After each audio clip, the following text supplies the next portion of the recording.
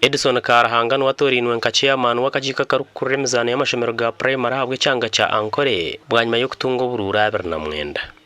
Karuhanga umukuru w'ishomero rya Kasana Primary School muri Shema asingire Benedun wagiro tungiro bururi 12 hamwe na Reverend Father Paul Kruger owa St. Kizito Preparatory Seminary otungiro bururu 8. Abandi abatorino na Aaron barakowa rwentu wa Primary School torino ko mubici bwanyuma yo kutunga burura 3 okusinga Anes twebazo tungiro buriri 16 kandi abandi na Arnito Dennis Twinamasco Moses Barahuka Moses ubuchoro Aaron hamwe na Turinda Prudence abarabereho batine cyakansa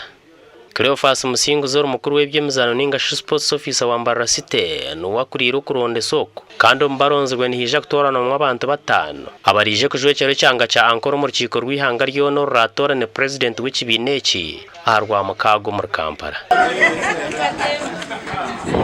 Ndokushemerwa komana munonga ahabwa abantu ba Ankole region konta mu bwesije ko bakwatereshaho ninge kitereko cyesente kandi ikindi kwesiga ngo ninja kukwataje kandi gikoreseje impuranye no kushemerwa ahizoberi ahabwa district zone za Ankole kuntorana kuba cya person wabo umbe kwatere n'Emizaano kandi ikitugenerere kwa obwiro bwinji obenushanga aha national ntuzaho ushanga turi congested.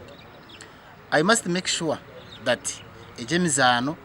twazana nka zone then twatwara team emwe tutwara aha national nimbura n'amashemerwa minji munonga abo abantu kundeka mu bwesije no kwencharazamo kureba mwenza kubebembera mushwatire n'Emizaano na munonga mu section y'abakazi abwa TV West and Alogias byamukama.